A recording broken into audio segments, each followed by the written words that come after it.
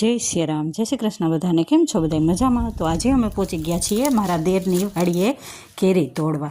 एटले केरी हवे पाक उपर वળી गई थी, एटले अमे चारेय जणा केरी तोड़वा पहोंची गया नोंधणवा वाड़ीए।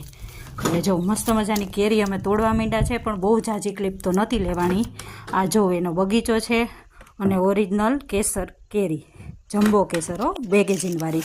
આમાં તો દવા વગરની બધી કેરી છે અને બેગેજીનવાળી, એટલે સોનમાર્ક પણ ન બેહે અને એકદમ મીઠી સ્વાદમાં। અને જમ્બો કેસર ને ઓરિજિનલ કેસર એમાં કાંઈ ન ઘટે। એકવાર આ કેરી ખાઈ જાઓ તો તમે બાકી બધી કેરીને ભૂલી જાઓ, એવી તો આની મીઠાશ છે, દવા વગરની છે ને। એટલે અમે ચારેય જણાએ આખું ઘર ભરી લીધું કેરીનું। જો બહુ ઝાઝી ક્લિપ તોડવાની નહોતી લીધી, પછી અમે બધાય રૂમે પહોંચી ગયા અને બધી કેરી ઉતારી લીધી હતી ને તડકો પણ બહુ થઈ ગયો હતો ને હવે બધાને ભૂખ પણ લાગી હતી, એટલે પછી કેરી બધી ઘરમાં ઢગલો કરી દીધી અને પછી અમે બેસી ગયા જમવા। જો મસ્ત મજાના શાક ને રોટલા અને હાખું ખાવા। આ તો જ આંબા ઉપર પાકેલી હાખું હોય એટલે એની મીઠાશ તો કાંઈ ન ઘટે એવી હોય।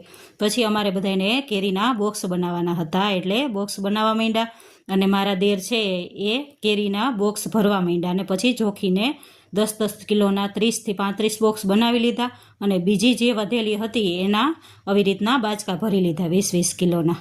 આવી રીતના બધું જ કેરીનું પેકિંગ કરી લીધું અને પછી જો મામાએ આવી ગયા હતા। અને આ કેસર કેરી જોઈ લેજો, કોઈને પણ ઓર્ડર કરવો હોય તો તમે હજી કરી શકો, કેમ કે અડધી બાગ હજી બાકી છે।